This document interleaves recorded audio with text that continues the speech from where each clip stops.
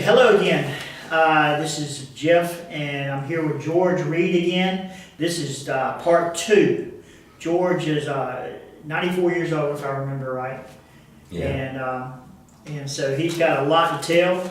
So much to tell that it takes two sessions. So I'm very happy. George, so good to see you again. Thank you, Jeff. And so let's get started. We talked some about your parents last time, but let's talk a little bit more about your parents. Okay, good. We mentioned, actually, I think I asked if you knew when the dates they were born and the dates they passed away. Yeah, I can give you that. I didn't remember last time, so I wrote them down. I'll have to read them off here. Okay. My mother was born December 6th of 1897 Okay. and passed away on February the 21st of 1973. She was 76 years old when she died. My dad was born on January the 27th of 1894, and he passed away on September 26th of 1976. He was 82 years old. Can you tell us their names again? Oh yeah, her name, my mother's name was Annie Josephine Frierson. That's spelled Frierson. And my father was William McNeil Reid.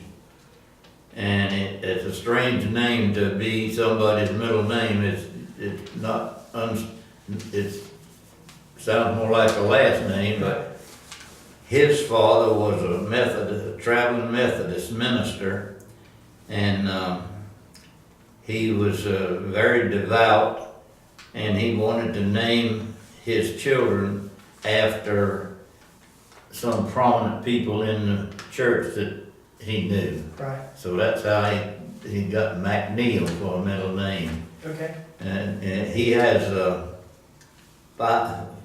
four other brothers, and they all have strange names like Corrier and I don't. The only one that has a common name is Daniel, and he was the oldest. And I'm named after Daniel, my middle name. But I can't remember the other names because they are strange. Okay. So, growing up, your dad, what kind of job did he have growing up? What was his main job? He was primarily a salesman. His first job after he got married my mother, he sold custom-made men's suits, and he had samples, fabric samples, and like this, with handles on them, and it'd be 40 or 50 fabric squares in each one. And he traveled around the country, around Georgia and South Carolina, and taking orders for men's suits. And he had to measure them so that it would be made, proper size. And because of that, he had to do something to get the people's attention that he was trying to sell. I guess that was part of being a salesman. So he learned, what is the word for it? Anyway, sleight of hand magic, with cards and he'd pull quarters out of your ears and that sort of thing, and change pennies into dollars or dollars into dimes or whatever, make them disappear, that sort of thing. And he'd go to some little country town in Georgia and go to the general store and sit down and around a potbelly stove, everybody else would be there too, someone playing checkers or whatever, and he'd start doing his performance to get their attraction, and that's how he sold custom-made suits. And he was a pretty good salesman, and that was all his life was selling menswear primarily. He worked for a store in Savannah, a men's department store, and after a while he opened his own little store about 3 doors from where he had worked before. But this was in the middle of the Depression, and he lasted about 2 years and went bankrupt. And I guess the Depression had a lot to do with it, but he may have been trying to do more than he was capable. He had like a 3rd grade education.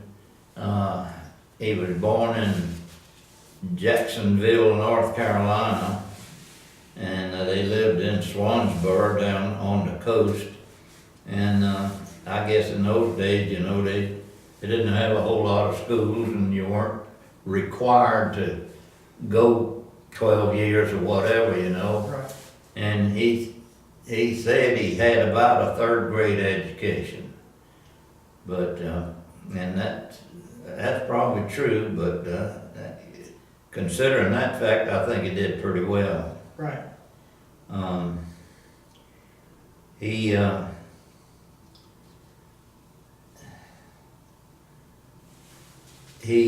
After he went bankrupt, he took a job with a large department store, the largest department store in Savannah. It was called Leopold Adler, Adler, and it occupied almost a city block, and it was 3 or 4 stories high. That was large back in those days. And he was manager of the men's department in that store, and did pretty well. Worked out good for the family. We got lots of clothes at discount prices and that sort of thing. And for example, one Christmas I got a bicycle for Christmas, and boy, it was fancy. It was top of the line, and I got it only because it was ordered part of the inventory of this department store where he worked, but it got scratched or something and didn't sell, so they let him have it. I guess, I don't know how cheap, but I'm sure he got a discount on it. But that was my Christmas gift that year, yeah. Let me think now. That was probably the last job that he had, was the manager of the men's department. He was a hard worker. He worked 6 days a week, and from daylight to nighttime. And he went to work early one morning in the department store, and he was getting on the elevator, and the elevator stopped and door opened, and he walked in, and when he did, someone had left a large broom, you know, that you sweep the floors with, and it fell over and it struck him in the eye, and that got infected, and it blinded him in one eye. Really? Yeah.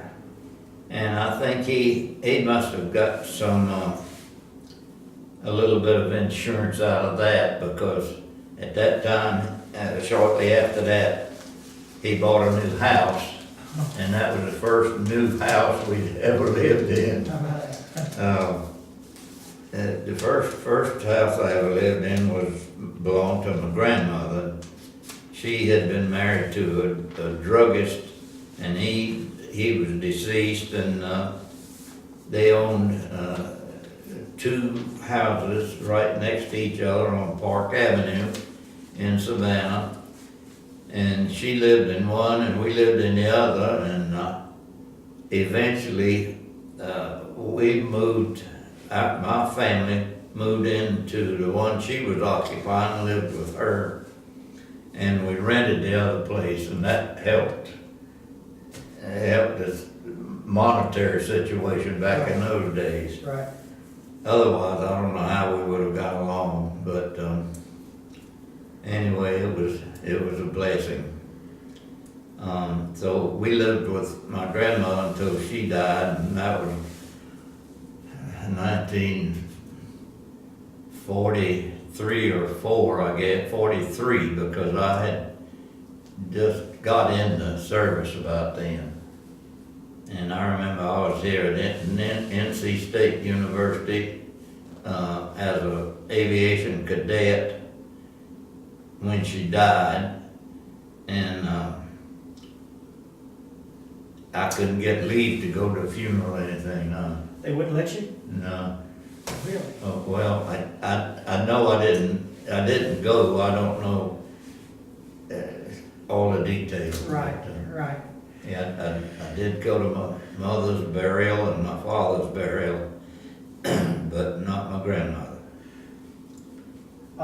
Your dad, was he old enough to, did he serve in the military? He was in World War I.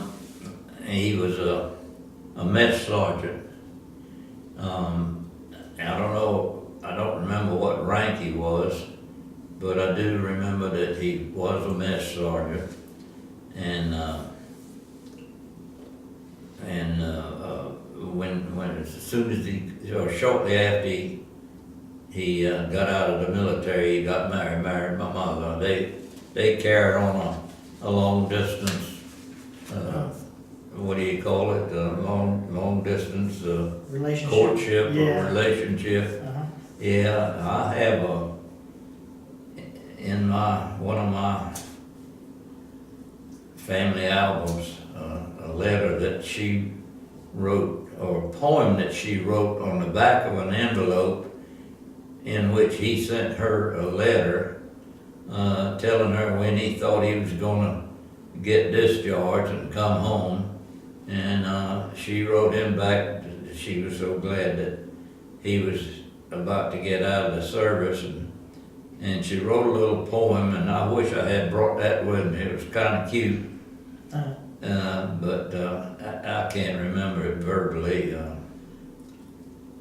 But they got married as soon as he got back? Yeah, How about that? yeah, 1919 they got married. Oh, Yeah, okay. yeah.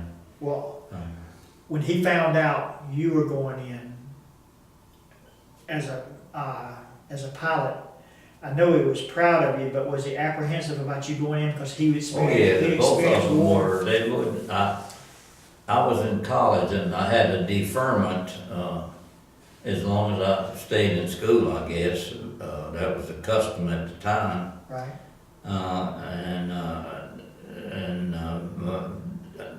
To get into active duty, I had to get a release from my parents. And I kept asking them for, a year and a half or more, I guess. Really? It was my sophomore year, I guess, and my mother finally agreed, and they signed a waiver or whatever it is, and sent it to the military, and shortly thereafter they called me into active duty. That was 1943. Okay, so they called you to active duty. Did they start training you right away, not as an enlisted man, but as a pilot? Not right away. It was, first of all, when they called me in, I had to ride a train from Raleigh to Miami. I think that was the second time I ever been on a train. Right. And I was 19 years old, I guess. And Miami got all the shots, and all that stuff, and the uniforms and the shoes and so forth and all that. And that took maybe, I don't know, a week or so. And then they sent me, where did I go? I think Maxwell Field, Alabama. Yeah. And because I had requested the aviation cadet program. Okay. They sent me to Maxwell Field, and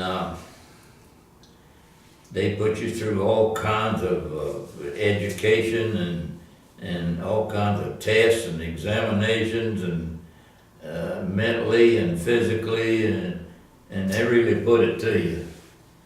And when you got through there, you were either going to be a pilot or a navigator or a bombardier. And then you'd go from there to whatever school was teaching the pilots or the navigators and so forth.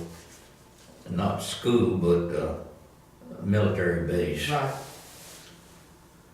And I always, every chance I had, I told them I wanted to be a single engine fighter pilot.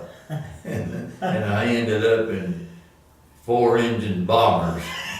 I don't know how that happened, but I like to think the best of it because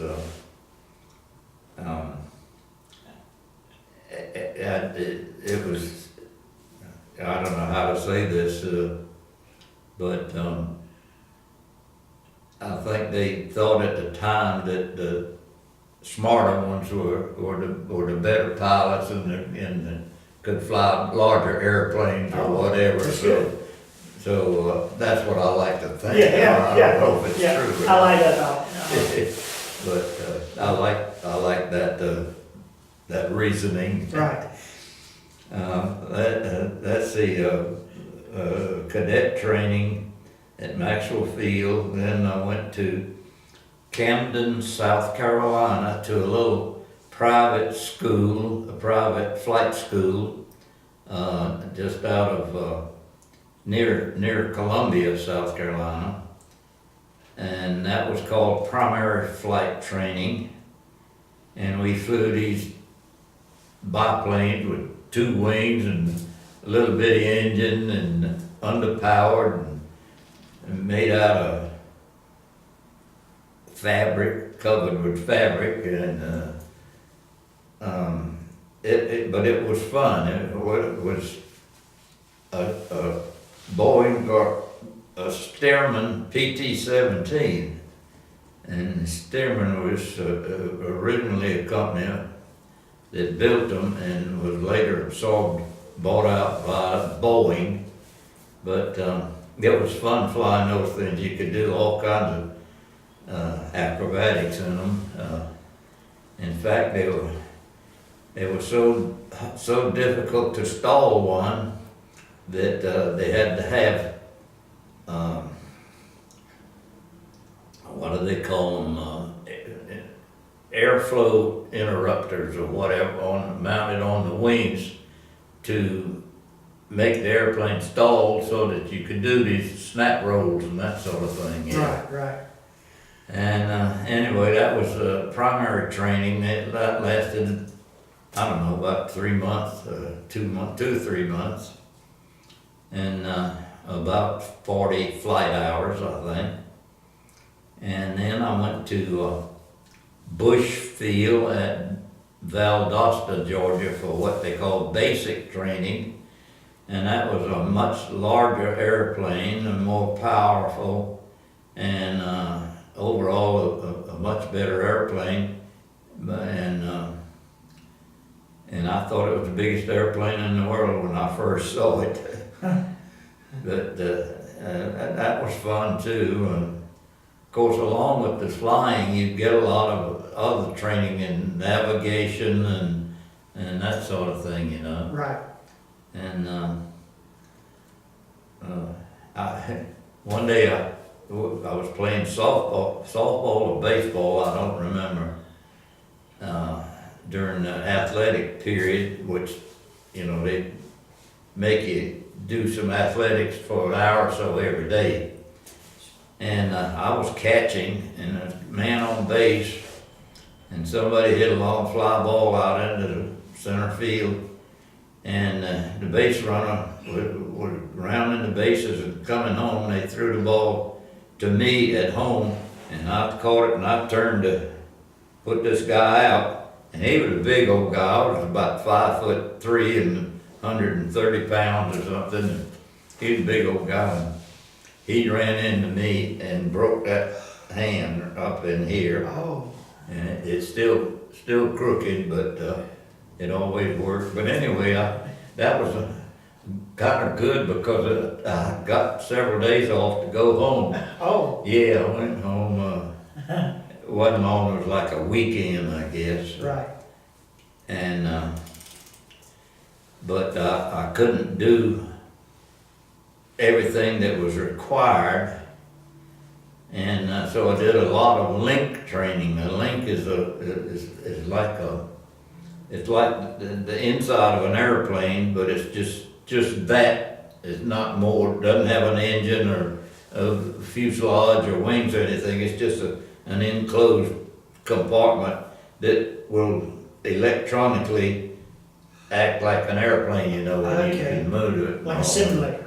But I got a lot of that link training while my hand was broke because they wouldn't let me fly the airplane. But that put me back one class. Oh, Originally, my class would have been 44G, I think. But I ended up in 44H because was put back that one class. And I guess the Lord was looking after me. That probably saved my life. A couple of years before it really took place. I'll go on with my story and I'll explain that later. But anyway, that was basic training. And from there I went to advanced flight training at Moody Field in Valdosta, Georgia. And that was fun. I flew a twin-engine Beechcraft. They call it an AT-10. It was made of molded plywood, if you can believe that. It had twin engines and side-by-side seats, and of course the instructor was sitting in one and me in the other until you soloed it. And I remember one day that I don't think it was my first solo flight, but it was a solo flight, and I was by myself. And we were to make what we call a round-robin navigation lesson or trip. And you start out at home base and you go to one place and another place, and back home, you know. right. And they call that a round robin. And it was a cloudy day, rainy and thunderstorms. Well, I got up in the air, and shortly after I got up in the air, the radio told us all to come back. They were canceling all the flights and come back to base. Well, I didn't want to go back. I was up in the air and I wanted to finish doing what I was going to do that day. So I acted like I didn't hear them. I didn't answer them. And I went on. Well, that could have been terrible, but I came out of it very well. Because I ran into a big old thunderstorm, and it was so severe I was afraid to try to go through, so I tried to go around. Well, when I went around it, I got kind of lost, and I wasn't sure where I was, but I saw a big water tower down on the ground. So I decided, well, I'd fly down and look on that water tank. You know, most of these little towns have a water tank and have the town name on them, you know. Right. So I flew down and looked to see where I was, and it was, oh gosh, I don't remember the name of it now, but it's a place in South Georgia that is notable for making fruitcake, good fruitcake. Anyway, I saw the name on the water tank, and I knew where I was then, so I managed to get on back safely and get that exercise out of the way. I finished, and I was the only one to finish that day, I think. And anyway, that was advanced flight training.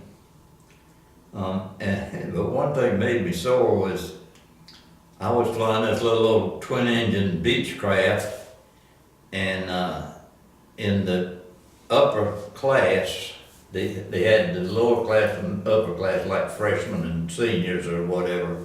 And I was in the upper class and flying these little airplanes, and the lower class was flying B-25s, big old twin-engine bombers. And boy, we were really jealous of them. But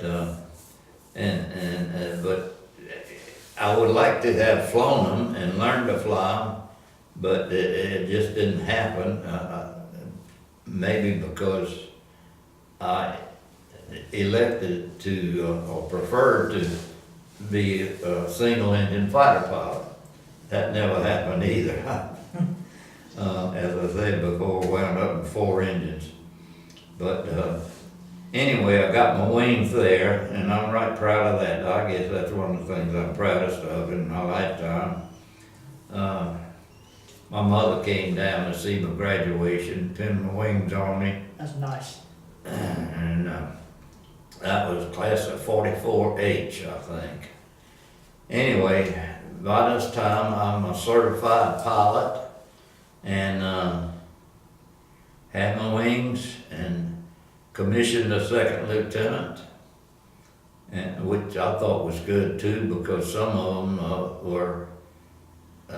didn't get to be second lieutenants. They were warrant officers. Oh, really? You know, warrant officers, 1 grade less, Right. I guess, than a commissioned officer. But anyway, I was proud of that fact. And So what distinguished you to be a second lieutenant versus the ones that were warrant officer commissioned? What was the difference? How you graduated in the class? How well you did in the I class? don't know. I'm sure that, I guess the military knows, but I don't. Right. But those that were designated warrant officers didn't like it at all. They felt that they'd been had, you know. Right. But Well, that's a big difference, especially when you go up in rank. The Yeah. opportunity for a promotion. yeah. But anyway, I finished flight training, got my silver wings, and went from there to back to Maxwell Field, Alabama again, to take flight training and pilot training in B-24 Liberators. And they were 4-engine heavy bombers at the time. They were designated heavy bombers. And I got 105 hours or so in 2 or 3 months at Maxwell Field in the B-24s. And I don't remember anything that's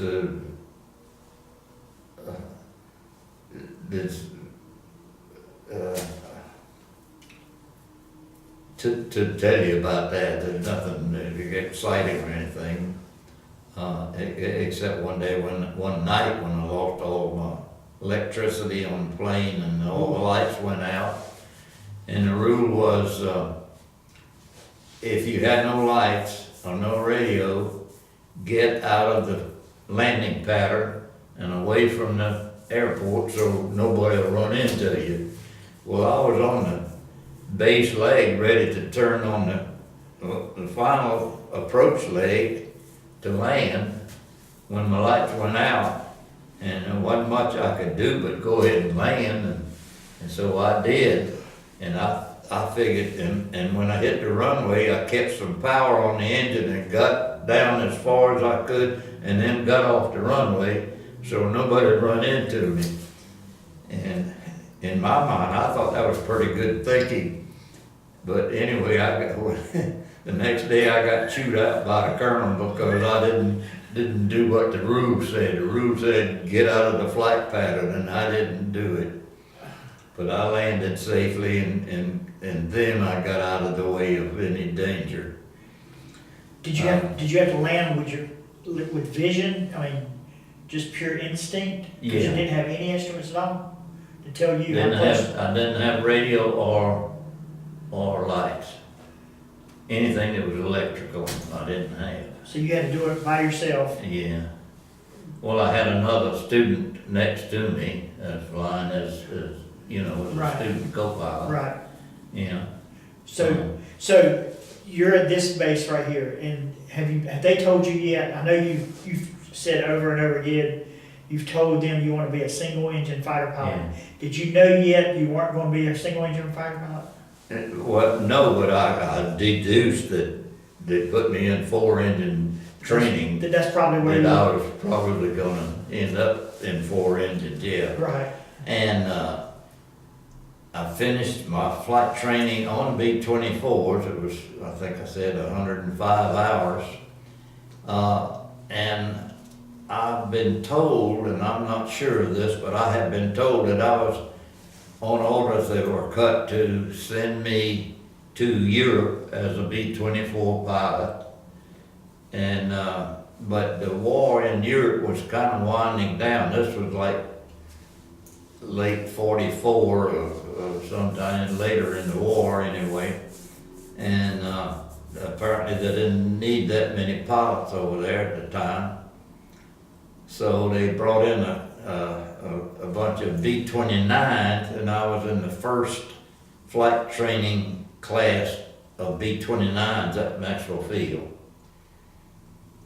And I felt like that was an honor too.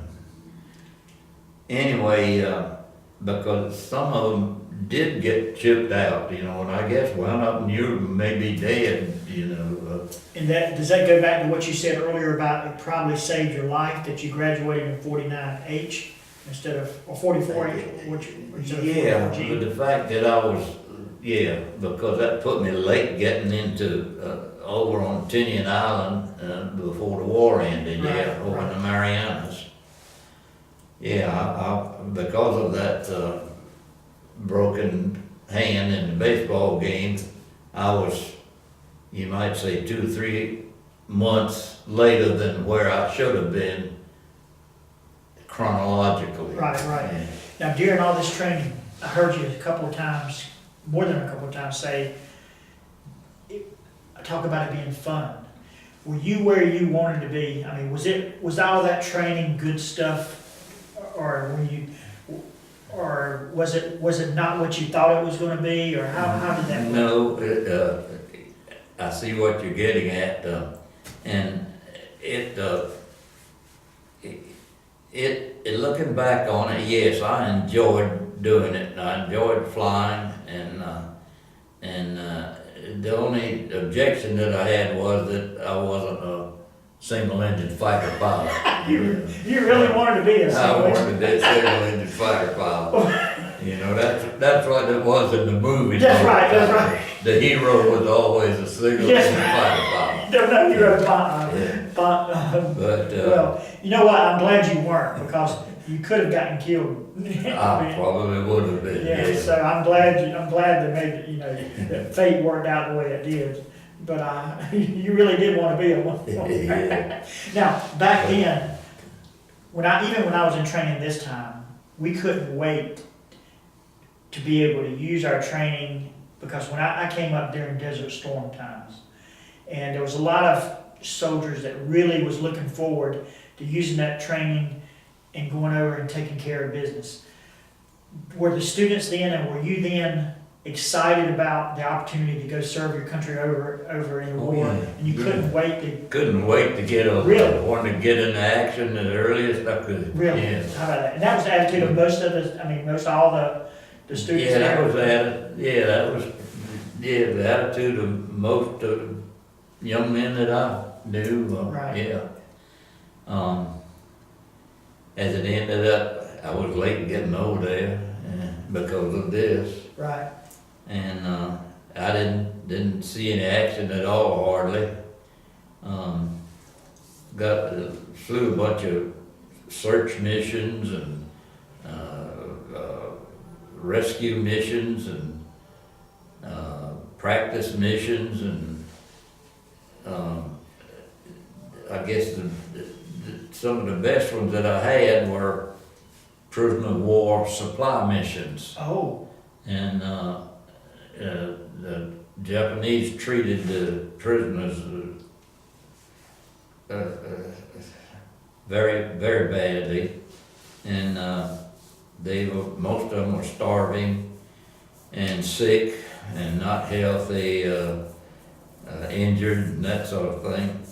And so we would fly supply missions to the prisoner of war bases, prisoner of war camps in Okinawa and wherever they happened to be. and this was after they were liberated, or No, before Before. the war was over, yeah. how would they get to the supplies that you would send them? We'd drop them You literally drop them. where they, Really? yeah. So you drop them into camp, We'd drop them in the camp, yeah, with a parachute from And- the airplane. hoping that they would be able to get to them Right. and not the Japanese Right, get to them and first. they didn't get all of them, no, and some of them didn't hit the target too, but, Wow. no, they were on big platforms like a shipping, what do you call them, Pallets. the pallets, Uh-huh. on big old pallet. And they would be strapped on and a parachute, attached to a parachute. And we'd try to put them in the camp. Right. All of them didn't get there, but the ones that did, they were very, very grateful for. Did you ever hear any stories or about some POWs that were able to? Never heard from any of them personally. I have a book though written by one Oh, who was, I have two books written by one that was scheduled to be decapitated, and a Japanese officer who lived in the United States for a while and was a Christian, saved them from being decapitated. how about that? Yeah. And another was one who was captured and was a prisoner for quite some time, and I have a book that he wrote, and it's autographed personally to me, and it's called Hap's War, and his nickname was Hap, his last name was Halloran, I think. And I didn't know him personally, but anyway. He lived through the war and was, what's the word? Anyway, he lived through the war and came back and made a success out of his life. Anyway, he was the kind of people that we dropped the supplies to. Right. And I guess that probably saved some lives. Oh, I know it did. That would be a good part that I would remember, and I would go away from that experience being proud of, that Yeah, you were able to. Yeah. Well, how did you get the intel about where they were at?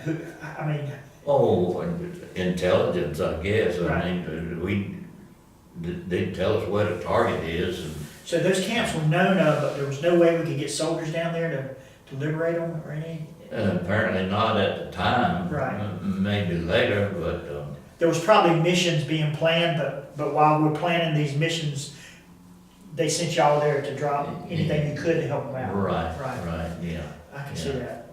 Wow. Hap that wrote this book, he tells some tales, some funny ones about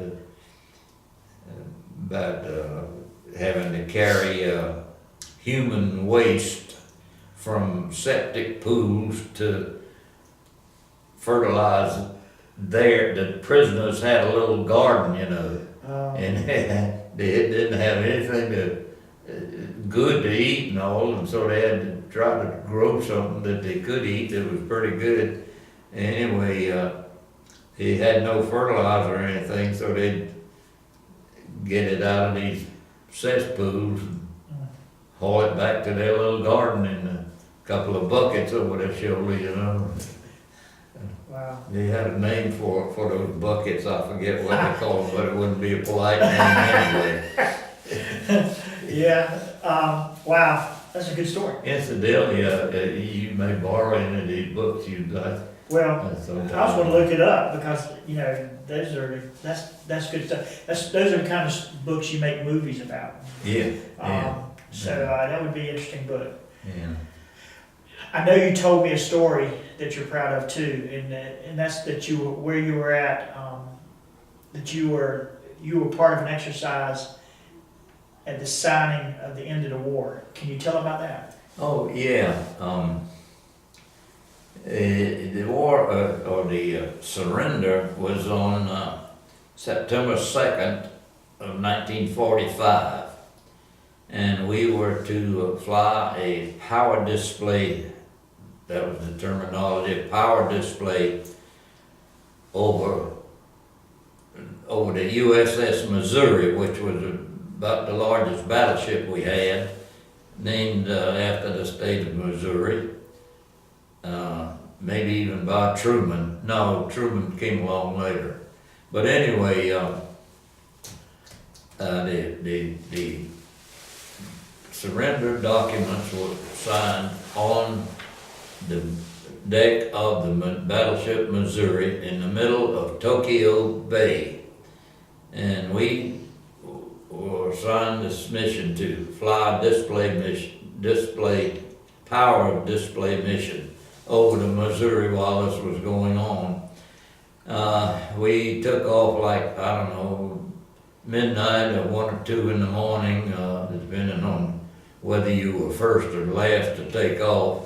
It takes that long when you put 100 airplanes in the air off of one base, you gotta have 30 seconds or so between takeoffs. Right. And anyway, it was somewhere around 1 o'clock in the morning. It's 7 or 8 hours from there, from Tinian, where I was stationed, which is an island in the Marianas, about 40, 50 miles north of Guam and 3 miles south of Saipan. But anyway, we took off from Tinian and flew up to Tokyo, like I said, about 7 or 8 hours, 1,500 miles each way. So that makes a 15-hour round trip minimum, plus time over the target if you're flying a combat mission. And that brings to mind about Iwo Jima, and I'd like to get on that a little bit later. Yes, let's talk about it. All right, anyway, we were told to fly 2 what we call racetrack patterns over the Missouri, over the bay. And at, I don't remember, 3,000 feet or 5,000 feet or so, I don't remember, but we violated that. We got down as close as we thought we could and not get discharged or whatever for it. But anyway, I like to say 1,500 feet, but I know I wasn't that low.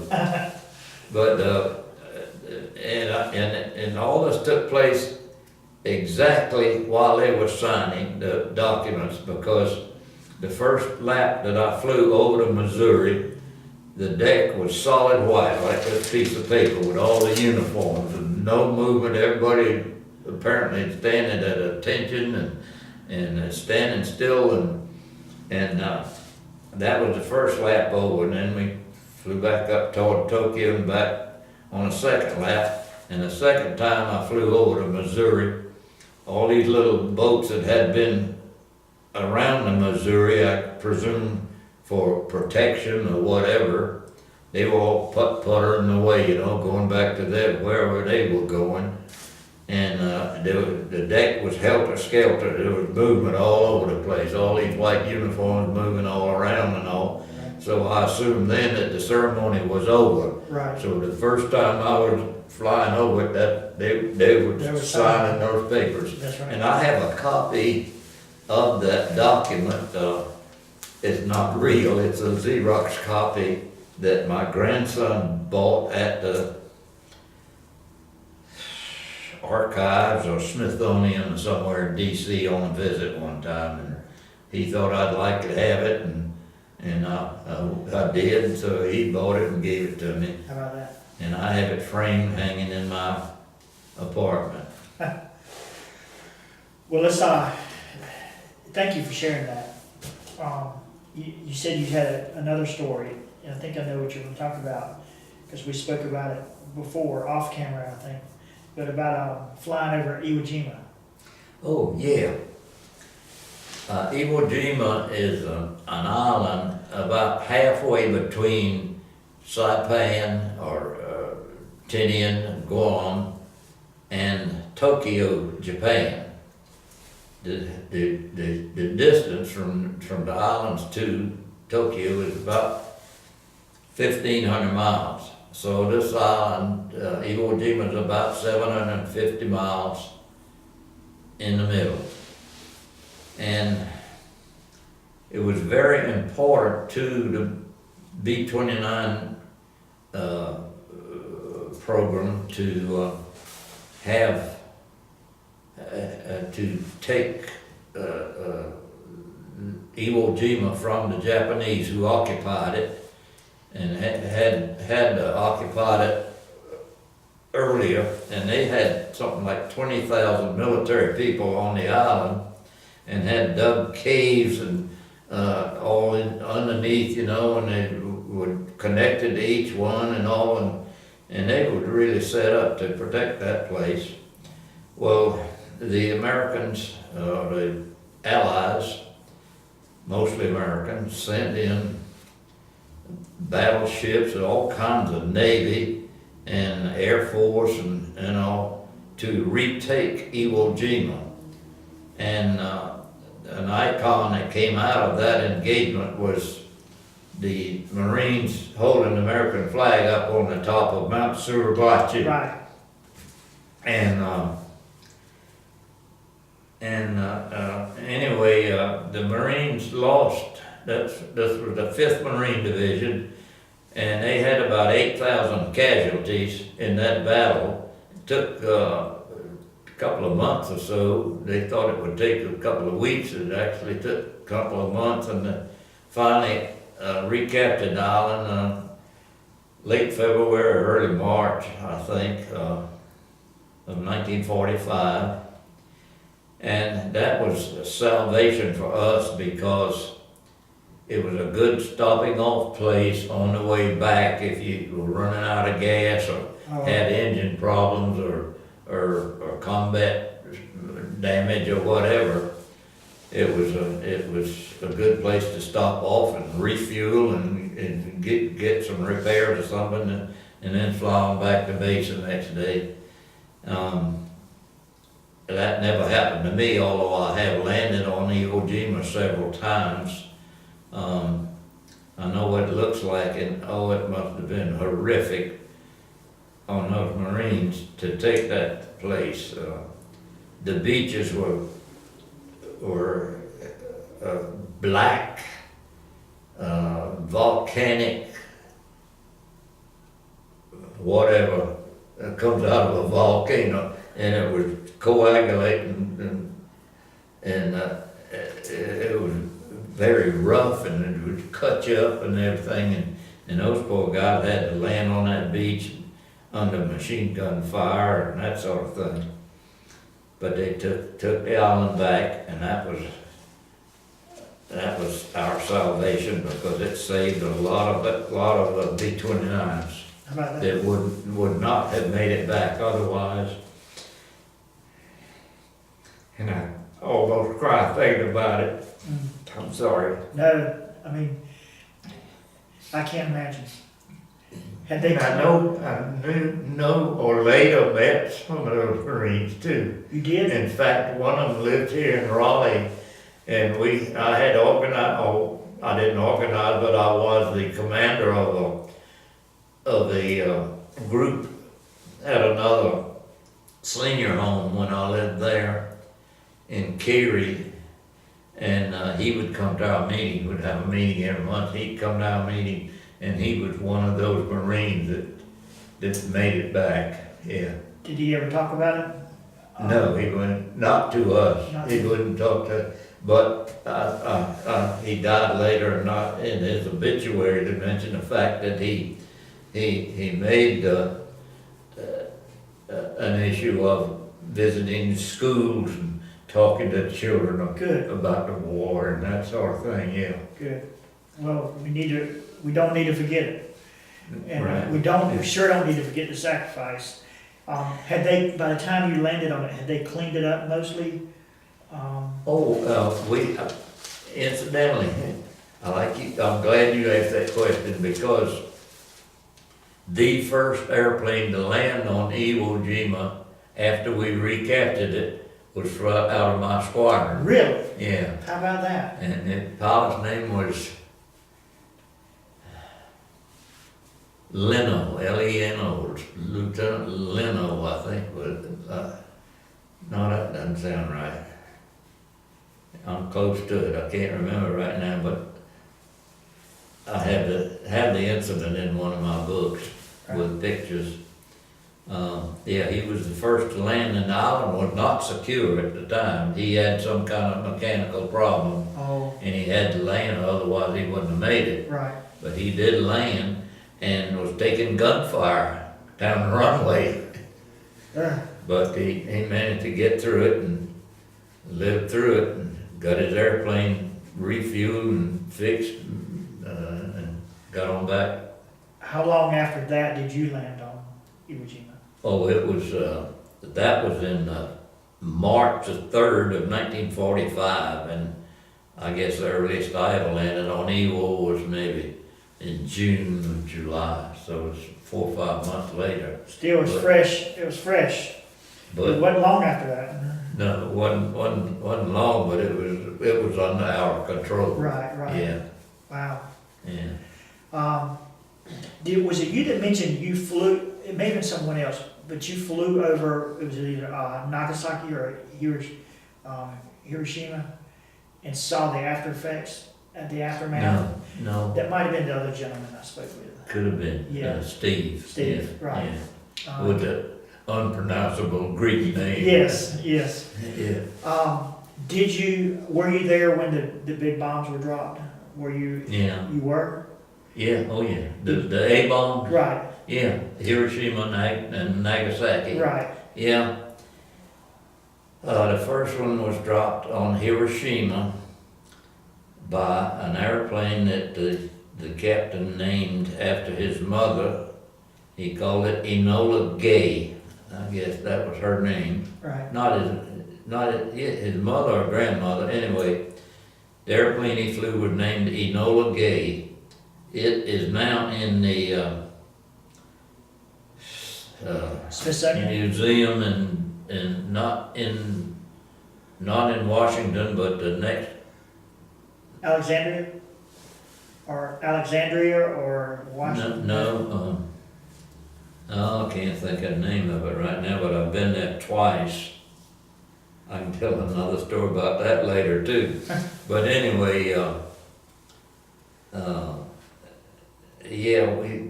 the first one was Hiroshima.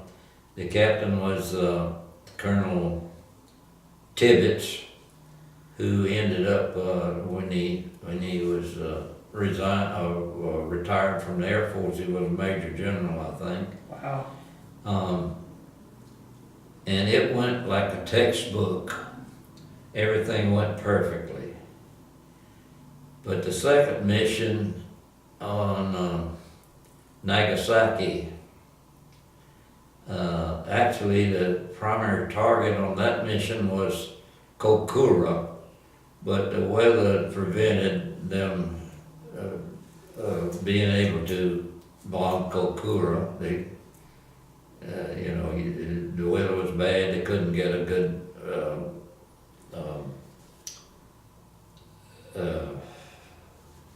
radar target picture. And anyway, they ended up bombing Nagasaki, which was a second or third choice because of the weather. I didn't know that. But it went, it went well. I mean, everybody got safe, wound up safe, and they bombed the place, and gosh, it killed 100,000 people, they estimate.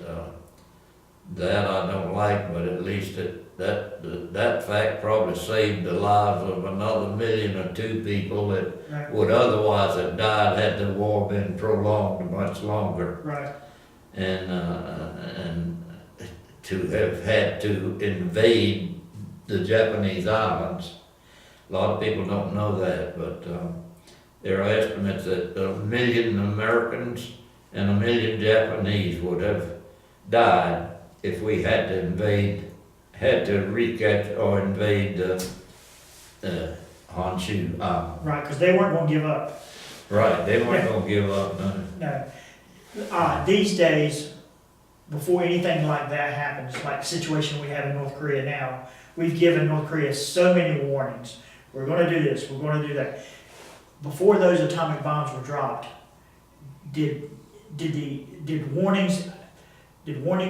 you hear of warnings that we gave them, say, look. if Not you- at the time, but subsequently, yes. Okay. I guess there are records that To show, prove that. right. But yes, they had been warned several times, more than once. Okay, did you, as a pilot, a service member there in that region, did y'all know that that was coming, or were you just a surprise? You weren't, No. you didn't know? Had no knowledge of it at the time. You learned like everybody else when it happened? Yeah.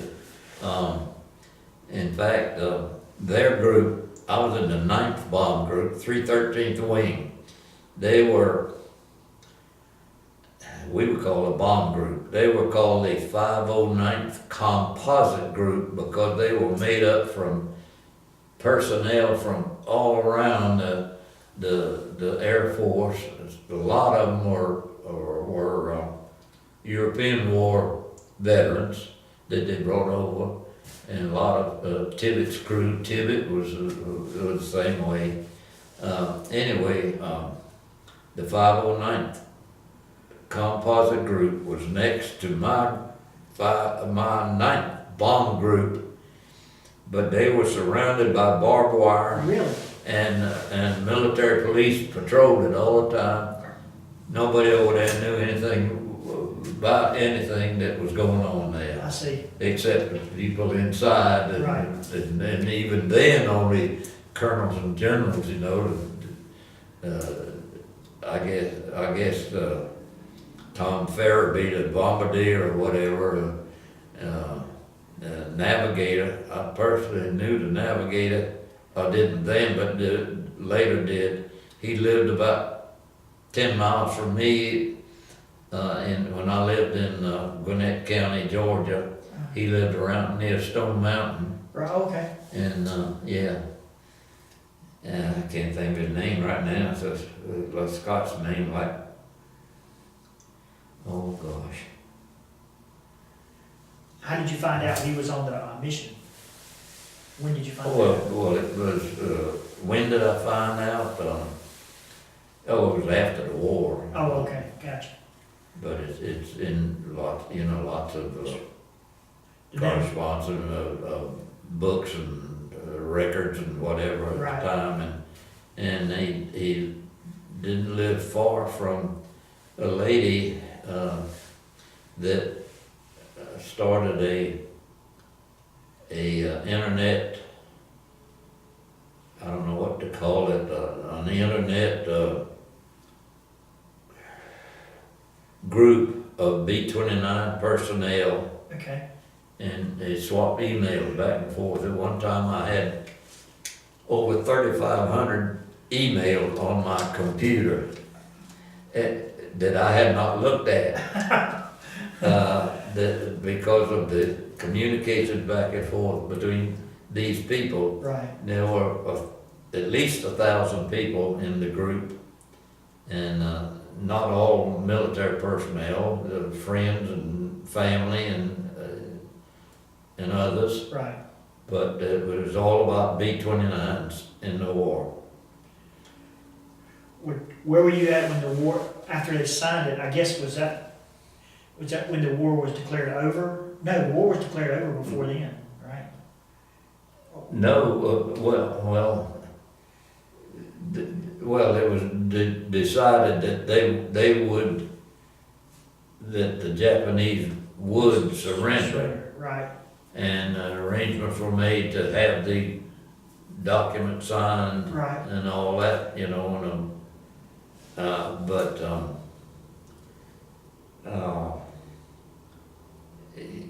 we knew nothing about it, of course, and But you knew while you were there, that they were signing the document to end the war, right? oh, yeah, well, I knew about it then, Right, but when they dropped the bomb. oh, yeah, oh, gotcha, I wasn't, right, yeah, yeah, I know about that. we knew nothing about it.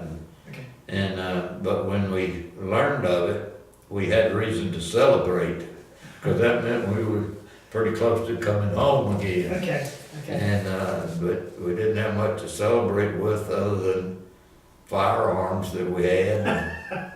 And So I you had shot- a flare pistol, it's called a Very pistol, Very. Uh-huh.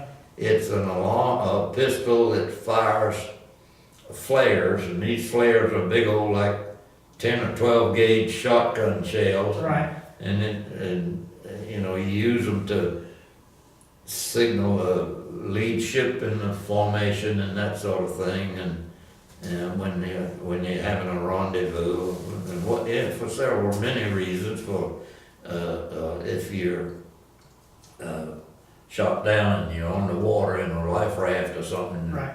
you know, it's handy to have.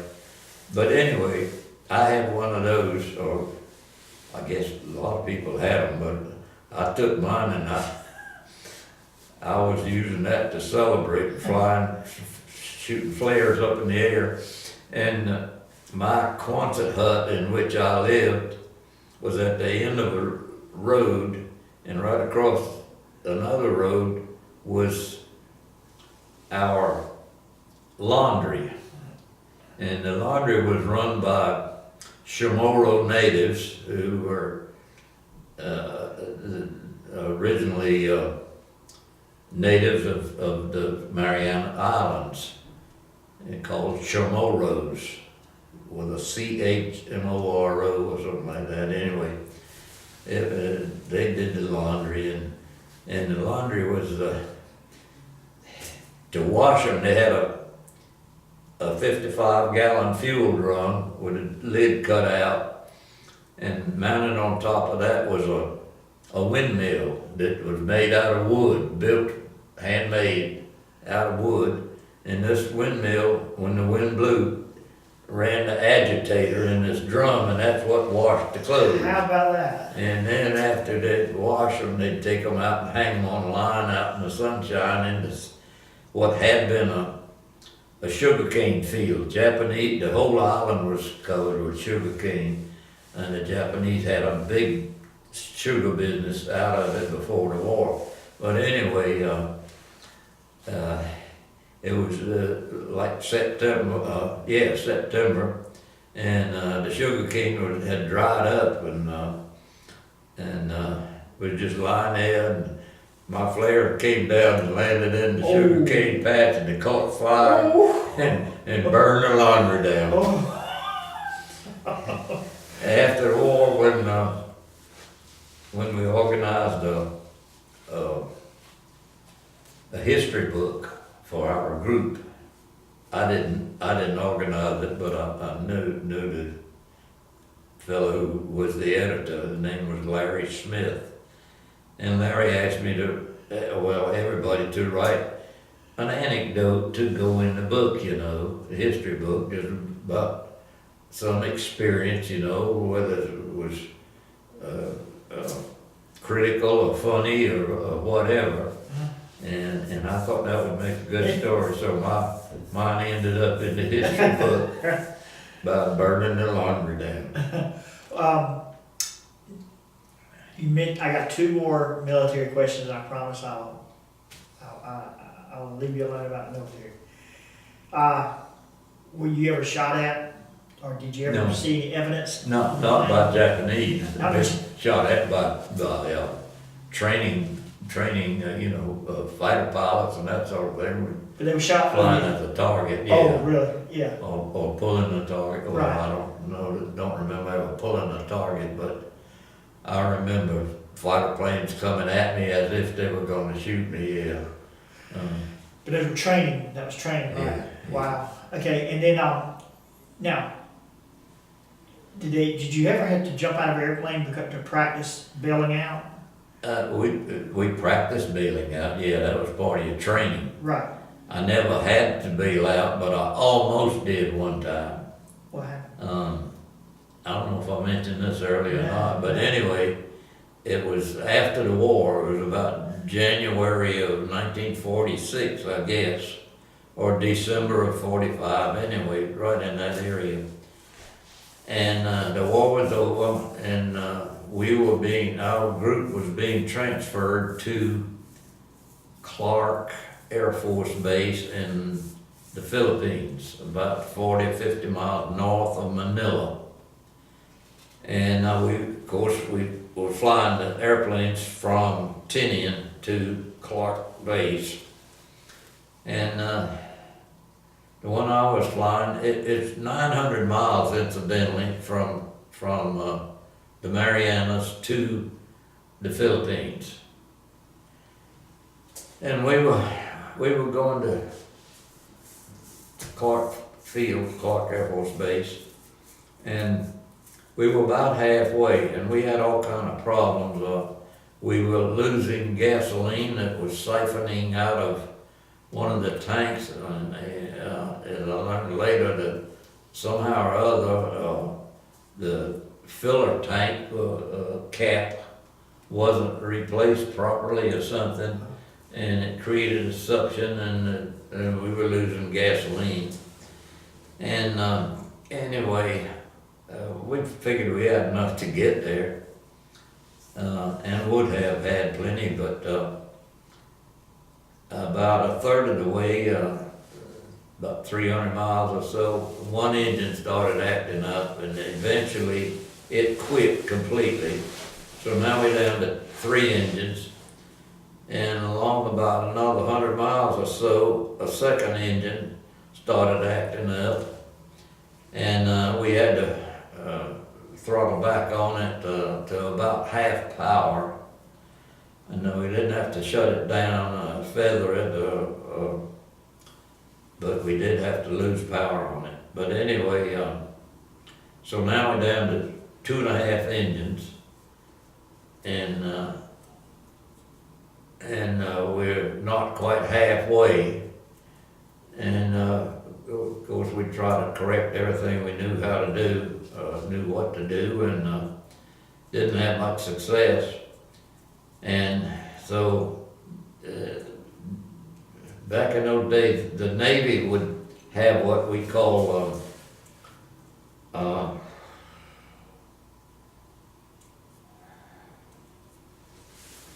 what did we call them? Anyway, they would have a ship, one or more ships on the route which the airplanes were going, whether they were going on a combat mission or whatever, if there were going to be a lot of them. Lifeguard, that's what we call them, lifeguard ships. Anyway, they had one stationed about halfway between Guam and the Philippines. And we, of course, were aware of this and tried to contact them and never could get in touch with them. So we could either try to keep going or bail out. And you don't want to bail out in the middle of the ocean because you get scattered all around, and you may or may not have a life raft under you, and the sharks in the water and that sort of thing. So you don't want to bail out. Another choice was to ditch, which is land the airplane on the water, Right. which is even worse probably. Of course, you still all together, but the airplane gets damaged and you may or may not survive the crash. And if you do, then you gotta hope somebody's gonna find you before the sharks get you. Right, Anyway, we could not raise a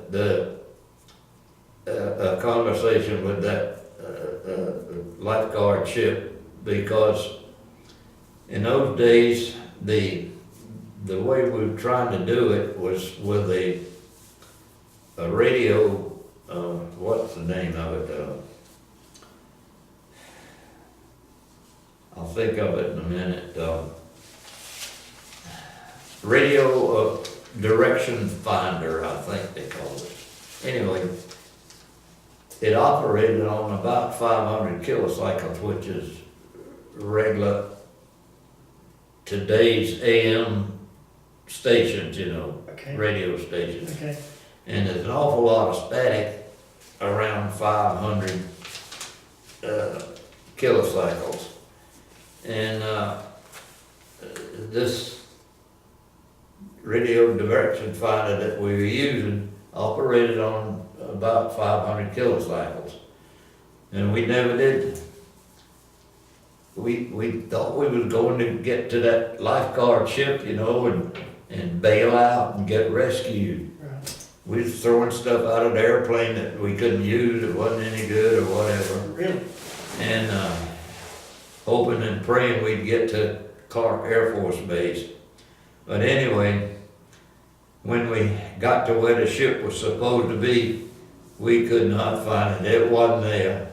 The only thing there was a great big thunderstorm, and that was what was all the interference, was why we couldn't contact them. oh, So of course they weren't looking for us. right, I guess they knew there were airplanes in the area or going that direction, but not specifically us in the area. So we just had no other choice but to keep on going. It wouldn't help to turn back, because it was just as far going back as it was to go where we wanted to go. right, So we just kept on going, and we finally made it. Had no more problems with the engines, and we made it, but we did run out of fuel in one tank after we left the runway going back to the hard stand. It was, I think one of the questions here, have you ever been frightened or scared or Right. what, something like that, but at the time it happened, you get concerned, and you worry about getting where you want to go, and maybe you're gonna wind up in the middle of the ocean and the sharks eat you up or something like that. But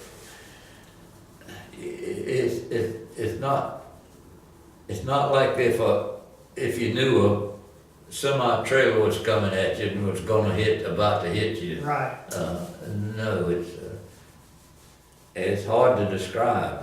But so Yeah, I was frightened, but I wasn't scared. so if you could have contacted that ship, was the decision to go toward that ship, land the plane, No, would have been to bail out. to bail out? You Yeah, would have bailed out. because then you would have been close enough to them, they could find you. I But see, if you were out in the middle of the ocean somewhere and no lifeguard around, right, when you bail out, unless everybody jumped at one time, and you Right. can't do that, you gotta go out of a window or door, right. So you get kind of scattered around. So y'all were prepared to do that, if you could contact us? Yeah, Wow, yeah. wow, And there are, rubber rafts aboard and that Right. sort of thing, and, wow. but you'd rather, Well, as fate had it, thank goodness, you didn't have to. right, yeah, And you lived to tell about it because you were able to land the plane. Now, when Yeah. you landed the plane, you said you were out of gas in one engine, and did you get reprimanded for it, or No. did you get a medal for? Did you get a medal for? Because that's the medal to me, that deserves a medal. The no, way you I never got any medals, but I got campaign ribbons and that sort of thing. Right. Several of those, but, as far as medals, I guess somebody asked me one time, said, did you ever get injured in the war? And I thought, well, yes, I got injured, but it wasn't in combat.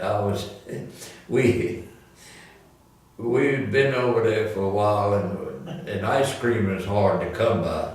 We wanted some ice cream, and somebody had a hand cranked ice cream churn. I don't know where it came from or how he got it or whatever, but we decided we were gonna make some ice cream. And everybody was assigned to do something to contribute. Ice or salt or flavoring or whatever, you know. And most of it all had to be stolen to get it, one way or the other. Anyway, I was assigned, since I was from Georgia, I was assigned to get the peaches. We were gonna have peach ice cream. It was a rainy night, and I put on my poncho, and I had to walk up the street, up the road to the mess hall, and I got there along with a buddy. I had him engage the mess sergeant in a conversation while I sneaked in a back door, and I stole a gallon can of peaches, and I put the gallon can of peaches under my poncho and started back to my Quonset hut. Well, like I said, it had been raining, and it was still raining, and I had a ditch to jump from where the mess hall was over to the road, and with the peaches under my poncho, and I jumped that ditch, and when I did, I hit the other side. I slipped, and I fell on this coral. Everything over there was coral. The whole island was coral, and it's jagged when it, you know, and it cut my knee. Well, I couldn't go on sick call because then they'd know who stole the peaches. So I nurtured it myself, and I had no problem with it. It healed up okay. It took a while longer, and it bled some, but it healed up. It didn't even leave a scar. Well, it did a small one at one time, but it's gone away now. That's been, 75 years ago. Right. But anyway, they got their peaches, and we had peach ice cream How about that? that night. The first ice cream I'd had in a year, I guess. So you got to claim an injury Yeah. in the war. That was your injury in the war. Well, if that's all you came away with. Anyway, I didn't get a What's Purple Heart? Purple Heart. Yeah. They don't give Purple Hearts for stealing No, peaches. No. The last question, I said it was two questions. I got one last question. Did you ever run across a Medal of Honor winner in your lifetime? Well, I know of an incident that happened in our group, but I didn't know him, and I've never met him. And all I know is what I have read, Okay. or first-hand tales of it. Right. But he was a radio operator, I think. Yeah, radio operator on B-29. They were on a mission one day, and they had occasion to fire a flare or drop a flare to signal where they were. I guess they were having a rendezvous. Anyway, the flare thing is like a tube that goes through the bottom of the airplane, and it kind of, when you're not using it, it's a trap door, I guess, at each end, and Okay. it's automatic or whatever. But anyway, he put this flare in the tube, and something went wrong. It didn't go out. It came back up, and it exploded, and it burned him. He was horribly burned. Face, all his upper body, arms and hands, and I'm just telling this third hand now because I didn't see it, and I didn't know him, and but it's all on record. It's in books, history books, and so forth. But anyway, he was severely burned.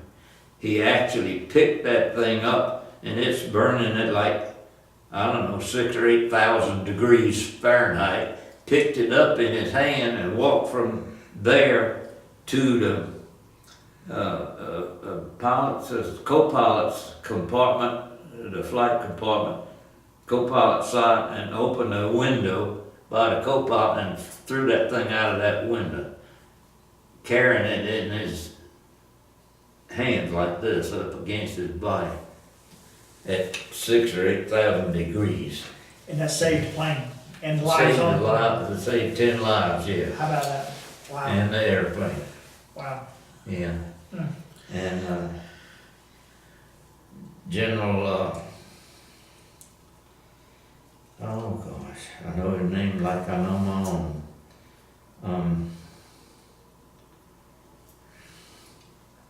I'm drawing a blank. Anyway, was told at the time that he would be put in for a Medal of Honor, and maybe even pinned one on him at the time. Officially, it came later. Right. You know, it has to be approved by Congress Oh, and yeah. all that stuff. Oh, yeah. But yeah, he got the Medal of Honor How about that? for that action, and I think well worth it. Well, And he lived through it. Yeah, he lived to be, I don't know, in his 80s, I guess. right. Yeah. Well, that was an interesting time, and I know you're glad you got a chance to serve, and I know you're glad you came home. And I know your mom and dad were finally glad to get you home. I can't imagine. I got a son that's 21, and I would, you know, I'd rather him stay home than go off in the military, and especially these days, because I know he's going to be probably sent somewhere bad. I guess I'm proud of the fact that I was and went through it and survived. People ask me, would you do it? Would you go through it again? I don't know. Sometimes I think I would love to have made a career of the military, but I don't want to have to win a Purple Heart or Medal of Honor or something like that. Well, you probably could have come back and been a flight instructor, or some easy stateside duty. Easy job. Yeah, easy job. Yeah. So, but some of those flight instructor jobs were not all that easy. Oh, they weren't. Yeah, well, that's true. I mean, if you were up there in a B-24 with 4 engines, with a student next to you, and he's 19, 20 years old, and never been in an airplane until he got in the military, and you trying to teach him to fly, yeah, I wouldn't want to be one of those. you wouldn't, desire to be a flight instructor. Yeah, I understand that. I can see that. Well, can you think of anything else in the military, any story or anything else that you want to make sure is documented? Or have we just about covered most everything? I think we've about covered everything, maybe even more than I had on here. That's good. I did want to mention the fact about flying over to Missouri while they were signing the surrender document. Right. Because that's a part of history. Oh, yes. And I was part of it, Well, and when you told me proud about of it, it, and when you told me about it, I remember the picture of everybody sitting at the table. I did not know there was planes, a show of force flying around it.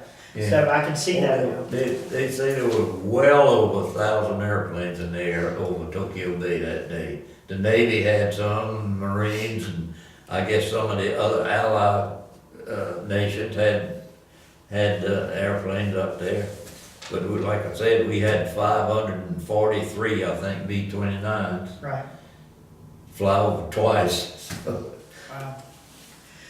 Well, is there anything else you want to share tonight, or are you? No, except that I want to pay tribute to the 5th Marine Division.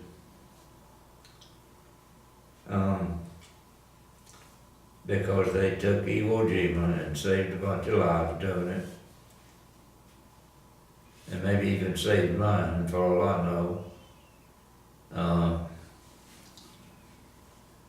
And I would like to pay tribute to the Boeing Manufacturing Company for building the B-29s, designing and building. It was a good airplane.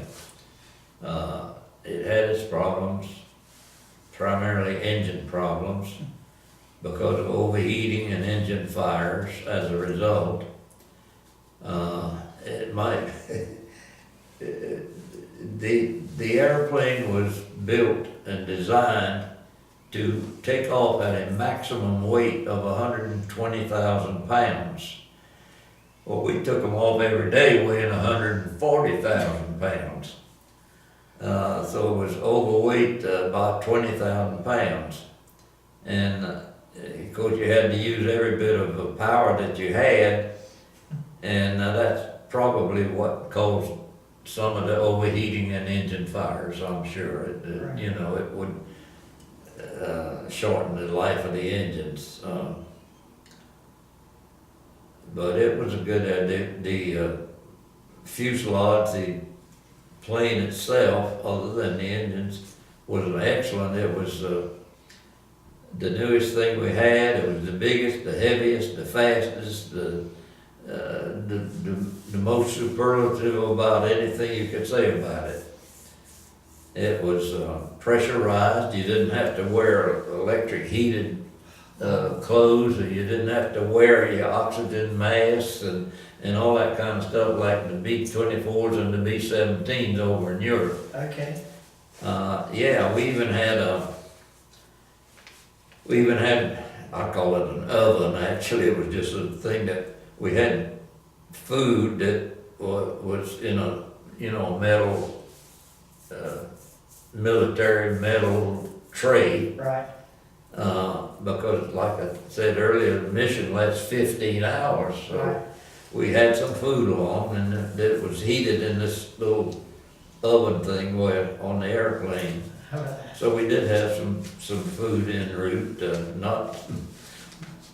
not really a chef's choice, but it was something that would help you survive, yeah.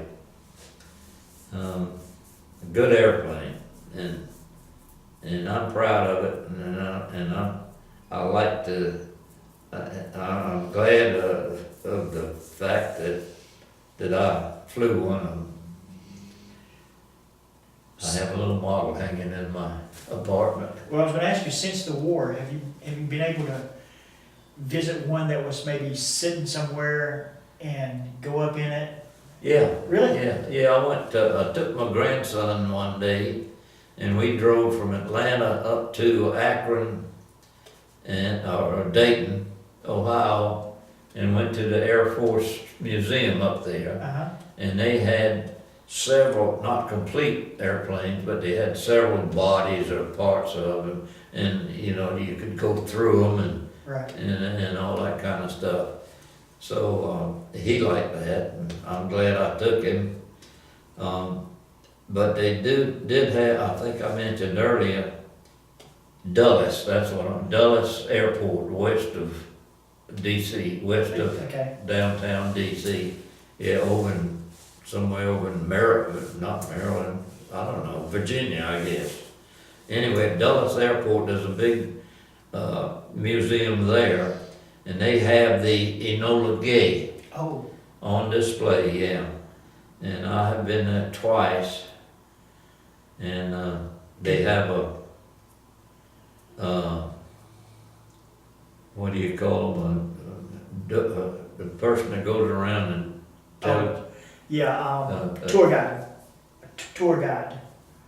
Okay, oh, yeah, tour guide, but there's a word for it and I can't think of it right now. Uh, But anyway, the tour guide was talking to, I don't know, 30, 40, 50 people maybe that were surrounding up on this balcony. I was among the group visiting, and he was telling all about the B-29 and the Enola Gay.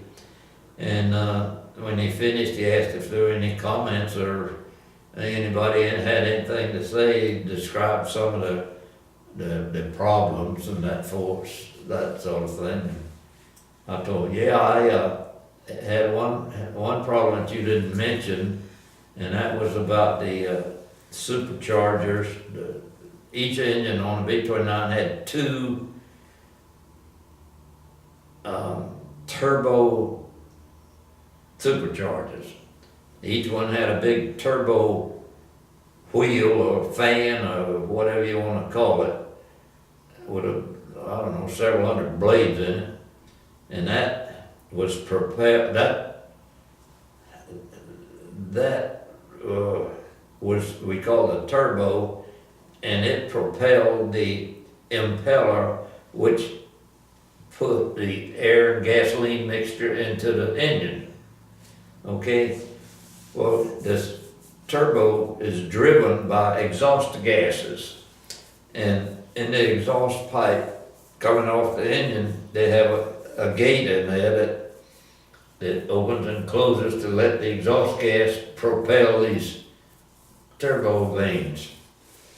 And for some reason or other, and I never did find out later, I should have, I guess, but I didn't, why that thing didn't work properly, but the gate didn't work properly and it got stuck in the open position, and it just kept, the engine just kept pushing exhaust gases through that turbo, and it kept going faster and faster and faster until it couldn't go any faster, and it just exploded. That from centrifugal force, all the vanes, fins on it came off the rim and everything, and it was like machine gun fire hitting our airplane. But luckily, I don't know how we escaped it. It didn't do any damage. Well, no major damage to the airplane. Some dents, but it didn't. It didn't hurt anything else. Did that tour guide know that they had in their group an actual pilot from that plane, or did they find that out when you made your comment? Did they know? I told him when I made the comment, I told him that I was a pilot on B-29, and that happened to me. How about it? You're a celebrity. You were an instant celebrity at that place. After he finished, there was a young lady over here in the crowd, like I said, it must have been 40, 50 people.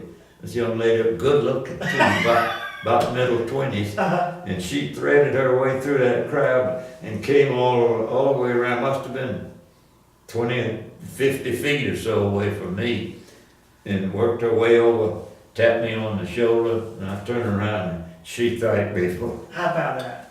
Yeah. That was nice. That made my day. I bet it is. That's good. Well, anything else you want to put on record? Can you think of anything? I can't think of anything right now, but I'm sure I missed a lot of stuff. Well, George, you have enlightened, I know I have had a good time tonight.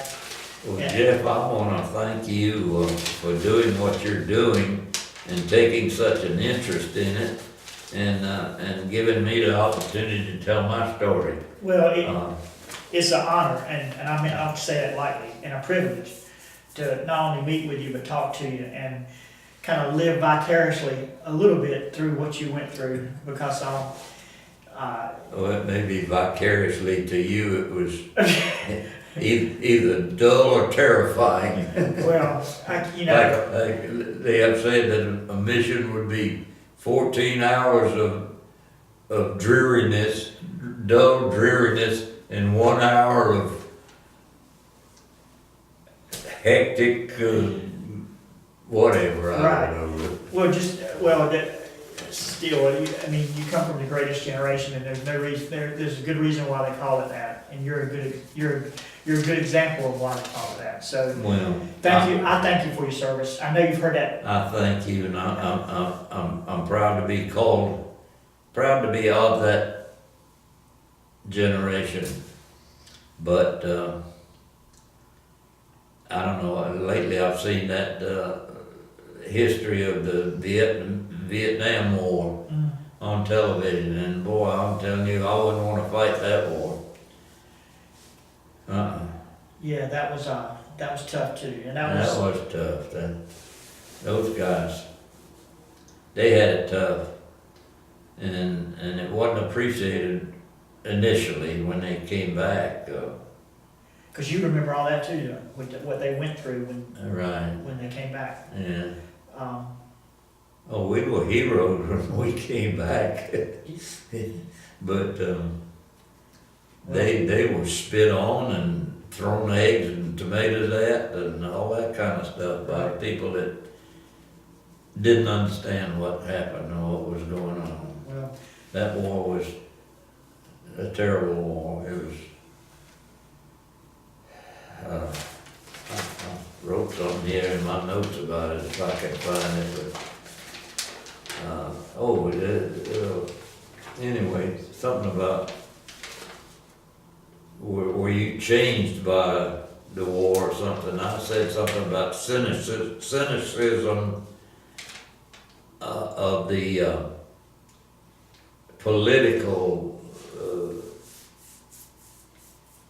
political group, the politicians and so forth who had anything to do with the extending the Vietnam War. right. And Well, they're heroes too, and, I'm just glad I didn't have to fight that one. well, I think that I think that some people view that they had luxuries that you didn't have and your generation didn't have in World War II. So the bottom line, when you hear the term war is hell, Yeah, that's no matter who's fighting it Right. and when you're fighting it. You know, it's it's just kind of strange that they would say World War II was the good war, yeah. but none of them are good. No, they're not. And well, George, it's been a pleasure talking to you. Jeff, thank you for the opportunity.